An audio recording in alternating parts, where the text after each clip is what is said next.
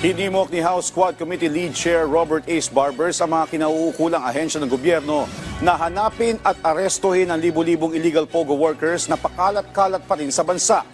Sa ika-15 at huling pagdinig ng Quad Committee kahapon, lumabas kasi na nasa 9,000 hanggang 10,000 Chinese nationals pa rin na dating empleyado ng mga ipinasarang POGO hubs ang nananatili pa rin sa bansa. Yan ay kahit wala na silang valid visa at ang iba wala pa mismong passport. Sabi ni Barbers, hindi ito dapat basta hayaan na lang dahil may tuturing itong banta sa ating pambansang seguridad. Ngayon tapos na ang investigasyon ng Quadcom, binawi na rin ng Joint Panel ang contempt at detention orders na kanilang ipinataw sa iba't ibang personalidad. Kabilang na si dating presidential spokesperson Harry Roque.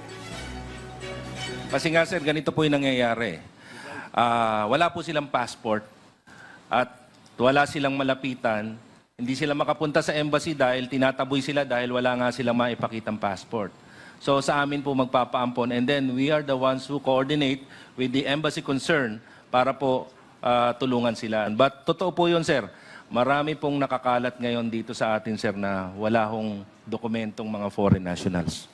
Hanapin natin yung 9,000 na yan because they could either be criminals or they could either be spies or whatever. And again, borrowing the idea of Congressman Acop and Congressman Abante, merong threat to national security ito.